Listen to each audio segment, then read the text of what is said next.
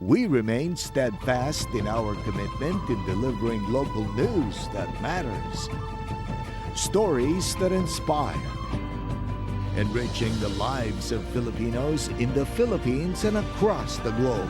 This is your GMA Regional TV, kapuso ng bawat Pilipino.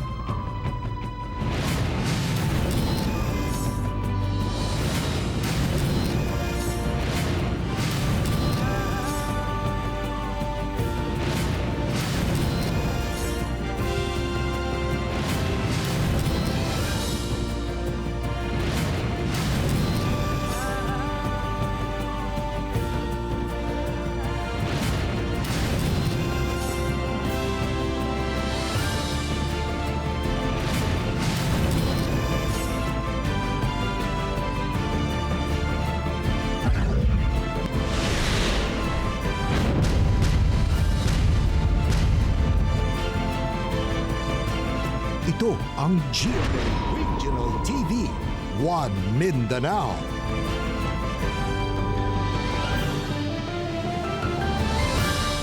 May hapon Mindanao, kini ang GMA Regional TV 1 Mindanao. Hatod namon pinakadagko og pinakaulahing balita sa Mindanao. Ako si Tec Ocampo. Sara Hilomen Velasco. John D. Esteban, live gikan dinhi sa GMA Davao Complex. Department of Health Region 10 may anunsyo ang dakong posibilidad nga doon na local transmission sa nagkadiiyang COVID-19 variant sa rehiyon. Samtang Valencia City, Bukidnon, natala ang labing dakong new COVID-19 cases sulod sa sakaadlaw. Dugang detalya sa report ni Cyril Chavez. Gibutyag sa Department of Health Region 10 nga dako ang ilang pagtuo nga aduna nay local transmission sa mga COVID-19 variants sa tibuok rehiyon. Kini gumikan sa paspas nga pagsaka sa mga kaso sa COVID-19 sa nagkadaiyang lugar. Matod pa ni Dr. Jose Lacuna Jr., Regional Director sa DOH-10, nga gimanduan na niini ang tanang healthcare workers nga tanang close contact sa mga pasyente nga nagpositibo sa variant ang ipailawom sab sa whole genomic sequencing. Kini aron masuta kung unsa na ba ang sitwasyon sa rehiyon may kalabutan sa COVID-19 variants. Now, we cannot do this all alone by ourselves, not even by the local government units lang. Kinahanglan kini whole of government and whole of society approach na kontrolar nato sa spread of the transmission. Samtang sa Valencia City, Bukidnon, nakatala kini og 172 ka mga new COVID-19 cases sulod sa usa ka adlaw. Nitong Agosto 20, kini ang pinakataas nga kaso nga natala sa syudad sukad nagsugod ang pandemya. Kasagaran sa mga bag-ong kaso ang walay mga travel history ug magbanay. Busa aduna nay local transmission sa lugar. Nitong Agosto 21, 7 ka mga COVID-19 patient ang namatay sa Valencia City, kung asa unom kanila pulos mga senior citizen. Ang mga biktima, usa kay 61 anyos nga lalaki, 73 anyos nga babae, 71 anyos nga babae, 63 anyos nga babae, 72 anyos nga babae, 66 anyos nga babae ug 49 anyos nga lalaki. Silang tanan wala na bakunahan. Tungod niini, naningkamot ang LGU nga makakita og dugang pasilidad sa syudad nga kayang muatiman og mga COVID-19 patients. Nakatagdang himong COVID-19 facility ang kaning German Doctors Hospital nga adunay 40 bed capacity. Giagi naman nato GCQ pero marag dili siya effective. So karon ang atong gihimo mo na lang yun na ang granular lockdown. Tapos ni padayon na nato og kuan ang atong isolation area while gapangita pa ni og luna nga madugang sa atong isolation facility. Sa Misamis Oriental, gianunsyo usab sa Provincial Health Office nga ana na sa Code Red status ang 8 ka mga ospital sa probinsya kini tungod sa nagkadaghang kaso sa COVID-19 sa probinsya. Daga na sab sa mga personahe ang naigo sa COVID-19. Kung baga nabutang na nato nga ang atong hospitals is already in a Code Red.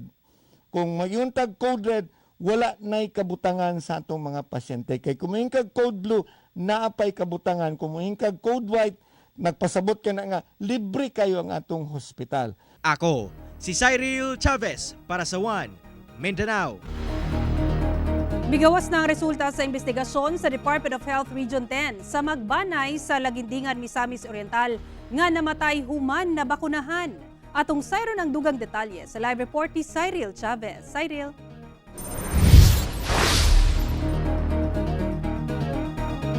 Sara, gibutyag sa DOH Region 10 nga tungod sa COVID-19 infection o dili tungod sa bakuna ang hinungdan sa pagkamatay sa upat ka magbanay.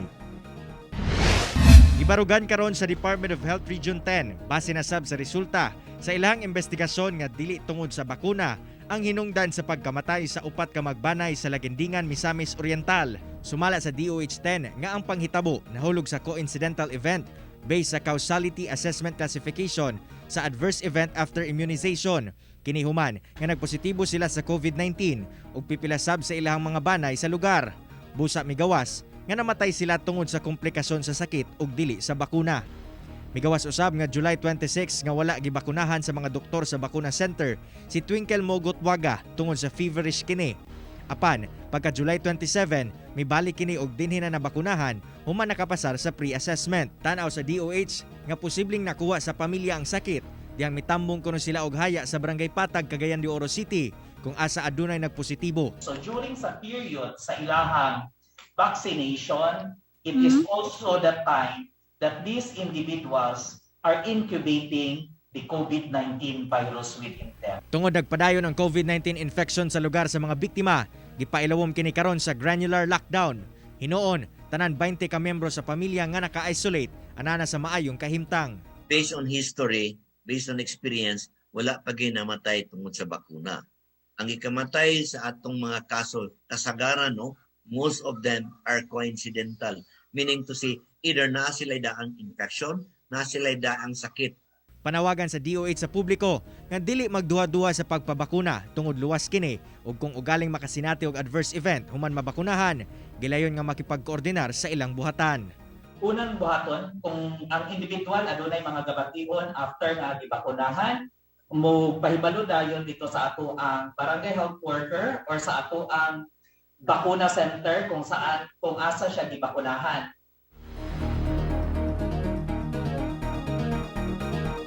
Sara, tungod sa maong panghitabo gimando karon sa DOH Region 10 ang mas istrikto nga pagsuta sa kahimtang sa mga bakunahan kini aron na dili na masubli ang maong insidente. Sara. Okay, daghang salamat, Cyril Chavez. Giklaro sa Tagum City Health Office nga dili ang bakuna ang hinungdan sa kamatayon sa usa ka tigulang nga lalaki base sa post sa usa ka netizen sa maong syudad. Base sa post sa usa ka netizen sa Facebook ni adtong August 7 nga namatay ang usa ka tigulang nga lalaki human kini nagpabakuna og J&J adlang Huwebes. Ang Johnson nga ginama sa Johnson & Johnson usa ka single dose nga COVID-19 vaccine. Sa gatusan nga gibakunahan ni adtong higayuna usa ang maong lalaki ang sa nakabsan sa iyang kinabuhi. Apan sigon ni Dr. Arnel Florendo nga COVID ang gikamatyan sa maong lalaki. Posibleng infected na kuno kini una pa nabakunahan. Namatay siya una pa ang full effect sa bakuna. Busa sumala sa Tagum City Health nga dili tinuod nga J&J ang hinungdan ngano kini namatay.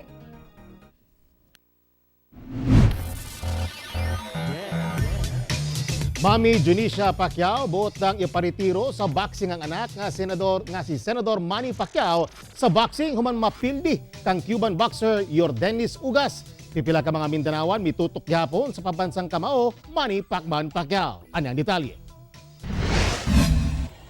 Sa midsayap Cotabato, namingaw ang kadalanan adlong Domingo kay kadaghanan mitutok sa away ni Manny Pacman Pacquiao batok sa Cuban boxer nga si Yordenis Ugas. Gani kining gatusan ka mga pedicab driver mihunong una sa pagpamasada aron mutanaw sa away sa pambansang kamao. Dili sa Davao City, wala nakatanaw si Manang Concepcion Cabriana sa dula ni Pacman kay iya na lang kunong kining giampo nga mudaog unta. Iampo man na diri sa mga Pilipino nga mauna nga makadaog unta. Okay. Pero napildi man. Pasalamat lang gyapon siya. Apan kining si Lurubin John Curay, mas maayo na lang kunong muundang na si Pacman sa boxing. Siguro time na para mag-retire siya kay medyo tigulang na po din. Focus na lang siya sa yang goal nga pag-run or unsa ba. Samtang sa balay sa inahan ni Senator Manny Pacquiao sa General Santos City, miluhod og nag-ampo si Mami Junicia Pacquiao sulod silang kapilya nga unta mudaog ang anak. Kauban ni Mami D ang anak nga si Liza, mga kabanay o gigala sa pamilya Pacquiao. Wala na mitanaw si Mami D sa away sa anak kay padayon na lang kini sa pag-ampo. Diyang napildi ang anak, buot sa inahan nga magretiro na kini sa boxing. Di ba napildi si katatlo sa bunson? Nya ingon ko gusto ka bang madaog atong bawion, daog na. Nadaog siya ka upat pod. Ano? O di lipay na ko kay nadaog na siya, undang na.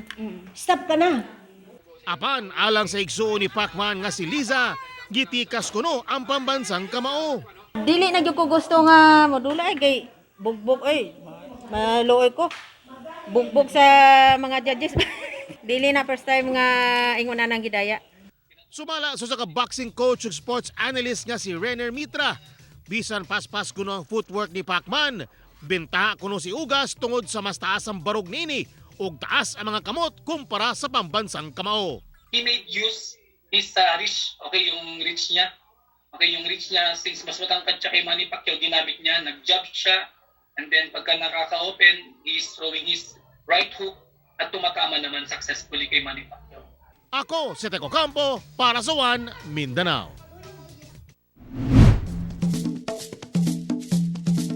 Kasaulugan sa 36 Kadayawan sa Davao Festival 2021, mabulokon gihapon gisaulog online. Ania report. Mabulokong pasundayag sa musika ug kultura. Kini ang nasaksihan ato sa formal nga pagsugod sa 36 Kadayawan sa Davao Festival. Pinaagi sa virtual opening ceremony ni atong Biyernes taliwala sa pandemya. Si Davao City Mayor Sara Duterte ang nanguna sa maong selebrasyon, uban ang mga representante sa 11 katribo sa syudad. Mawang Iranon, Kagan, Bagubo Tagabawa, Sama, Maranao, Matigsalog, Ata, Magindanawan, Tausug, Klata, ug Obo Manovo.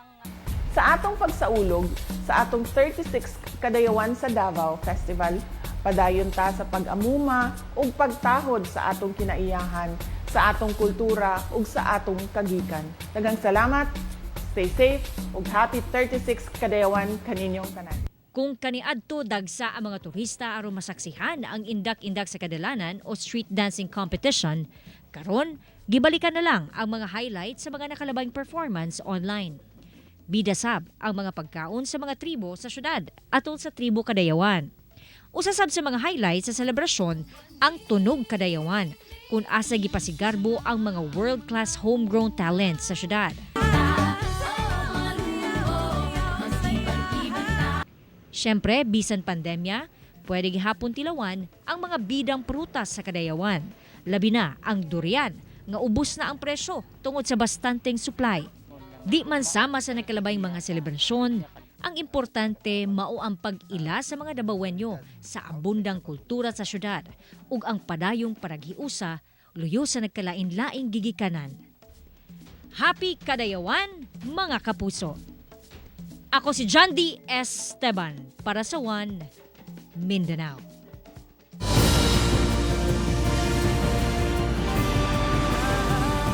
Ito ang GMA Regional TV, One Mindanao.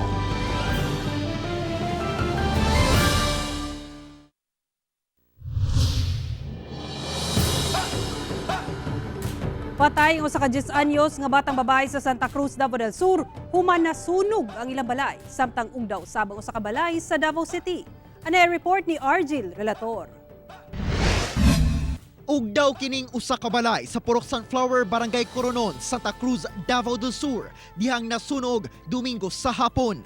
Gisulayan pa pagsalbar sa mga silingan ang usa ka 10 anyos nga mentally challenged nga batang babae nga anaasulod sa maong balay. Apan, wala na nila makaya ang kakusog sa kalayo. Dihang gireklarang fire out, nakita ang napaig na nga lawas sa bata. Nasayrang gibiyaan matud pa sa inahan ang anak, sulod sa balay, dihang dunay giadto sa baybay. Parayon pang ginasuta ang hinungdan sa sunog o kantidad sa damyos. Sa Davao City, Paspas nga ni ulbo ang kalayo sa usa ka balay nga gipanag-iyahan sa usa ka Teodoro Tuble, 63 anyos, sa barangay San Antonio, Agdao niadtong Sabado. Gilayon ni responde ang kabomberohan ug mitabang na ang mga residente aron mapugnan ang kalayo. Sa investigasyon, posibleng ang wala na ibot nga extension wire sa washing machine ang hinungdan sa sunog nga midanyos og 100,000 pesos. Wala hinuoy na angin sa maong hitabo. Ako si Argil Relator para sa One Mindanao. Ito ka mga individual nga dalang bigit sa drug group na sikop sa kapulisan sa Cagayan de Oro City samtang sospek sa pagpangawat na dakpan pinaagi sa bypass operation. Dugang detalye sa report ni Cyril Chavez. Nadakpan ang 7 ka tawo nga aktong naggamit og droga atol sa gikasang bypass operation sa Purok 5 Sitio Naga, Barangay Puerto, Cagayan de Oro City. Gila mga dinakpan nga sila Junrit Tanhente, Astrim Canillo, Renato Salinas, James Ibare, Raymart Calixtro, Jeren Latayada ug Karima Banto. Ang mga dinakpan, notado kanong tigpayuhot og illegal nga droga sa syudad. 6,800 pesos nga kantidad sa illegal nga droga ang nakuha gikan sa mga dinakpan. Kini po mga atong mga dinakpan po sir, usap po ni sila ka noted po nga mga kawatan diri sa diri sa Barangay Puerto. Diri sa merkado mga kawatan po ni sila po sila mudo sila ng pagpangawat. Ket bahay.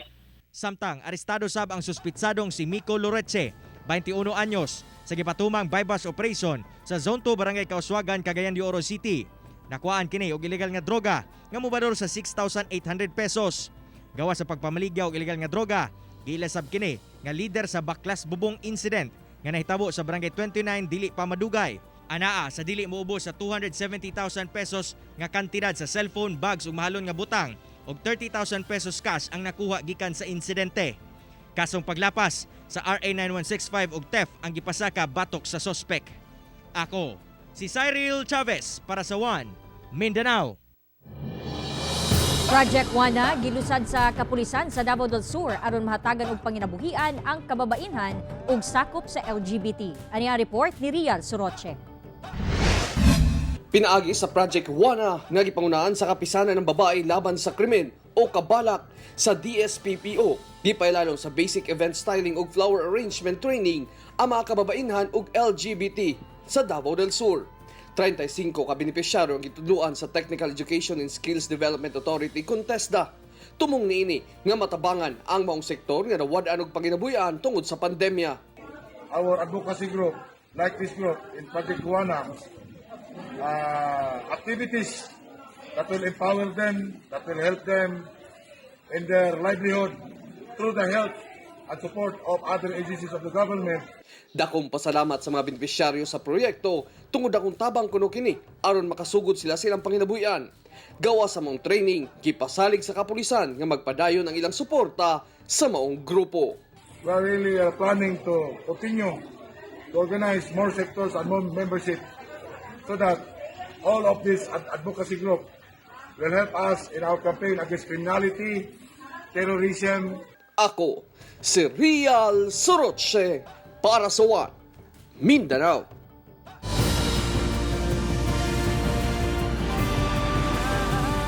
Ito ang GMA Regional TV, One Mindanao.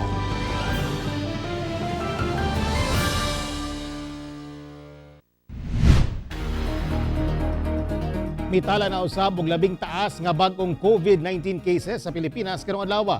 18,332 ang new COVID cases sa nasod karong adlaw. Busa, misaka sa 1,857,646 ang total COVID-19 cases. Sa Mindanao, 29,869 ang confirmed COVID-19 cases sa Region 9 nga dunay 1,148 active cases. 52,977 sa Region 10 ug 11,477 ang aktibong kaso. 63,389 sa Region 11 nga 9,389 ang wala pa naayo. 33,731 sa Region 12 ug 3,893 ang active cases.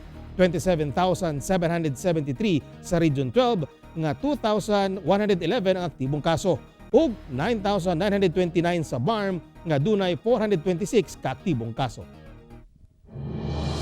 Nagsugod na ang DSWD Region 11 sa pag-release sa social pension sa mga indigent senior citizen. Mga benepisyaryo gipay mangnuan nga magpadala na lang og representante nga mo-claim sa payout. Ani report ni Sheila Vergara Rubio. Usa ang barangay lasang sa Davao City nga nabisita sa DSWD sugod ni adtong Agosto 16 kanus-an nagsugod ang payout alang sa social pension for indigent senior citizen.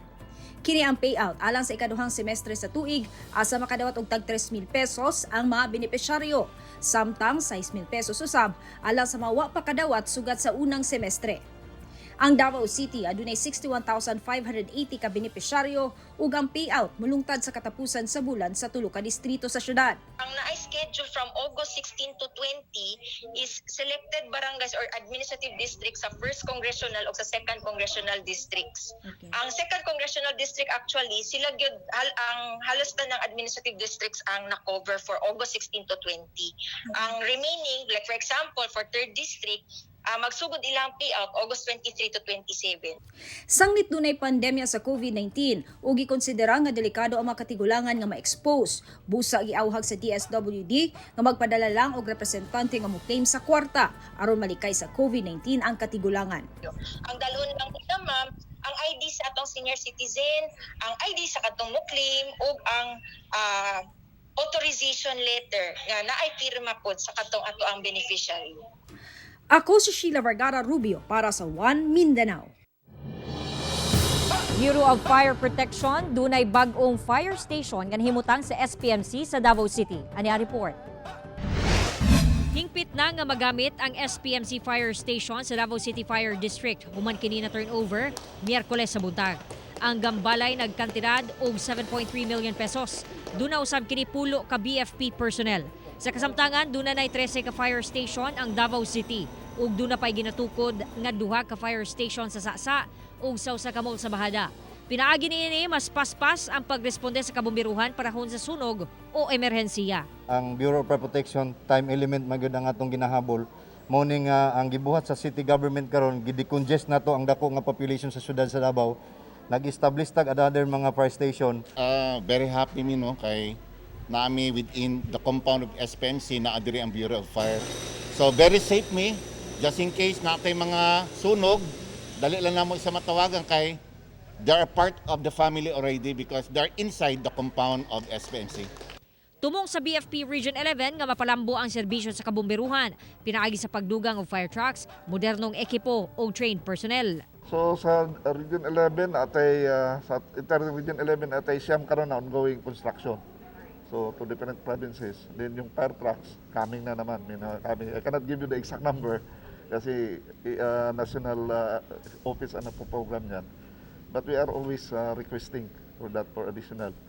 Not only in fire trucks but also for personnel.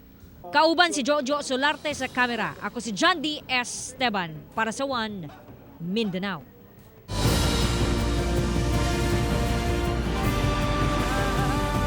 Ito ang GMA Regional TV, One Mindanao.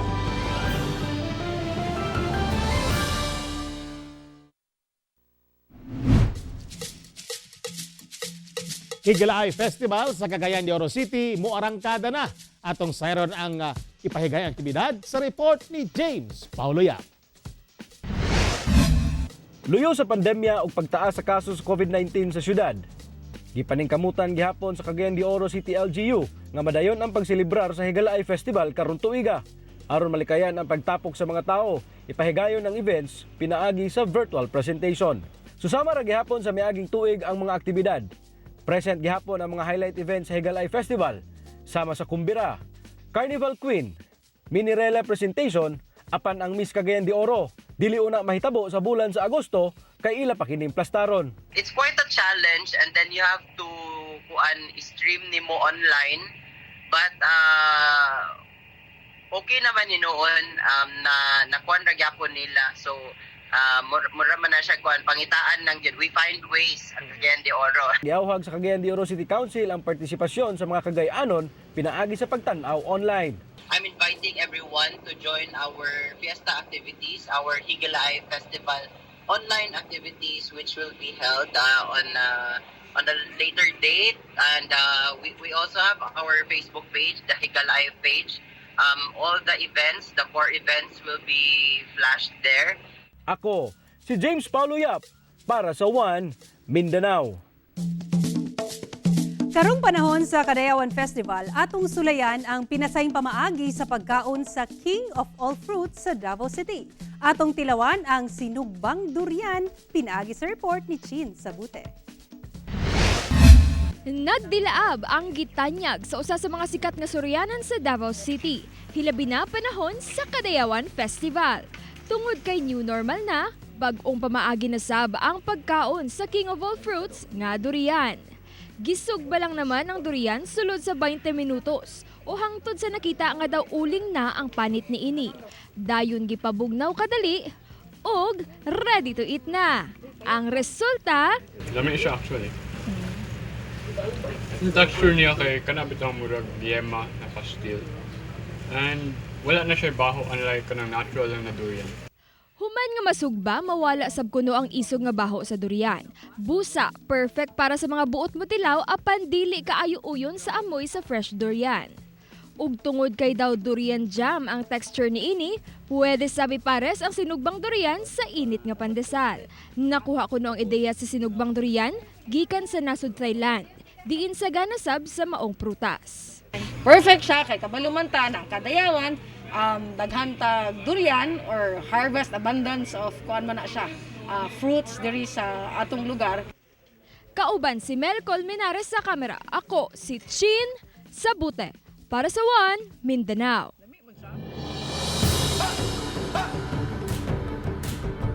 Mga kapuso, way puwas ang among pagatunog balita. Bisitahay ang www.gmaregionaltv.com ug mag-subscribe sa official YouTube channel sa GMA Regional TV. Busa mga kapuso, ayaw paulahi sa mga dagkong balita sa nagkadaiyang rehiyon sa nasod. Subscribe na.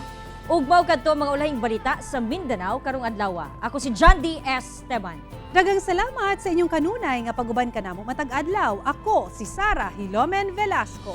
Tungod na mga balita sa atong palibot, importante alang kanamo. Kini ang GMA Regional TV 1 Mindanao. Tek Ocampo, buong puso para sa Pilipino.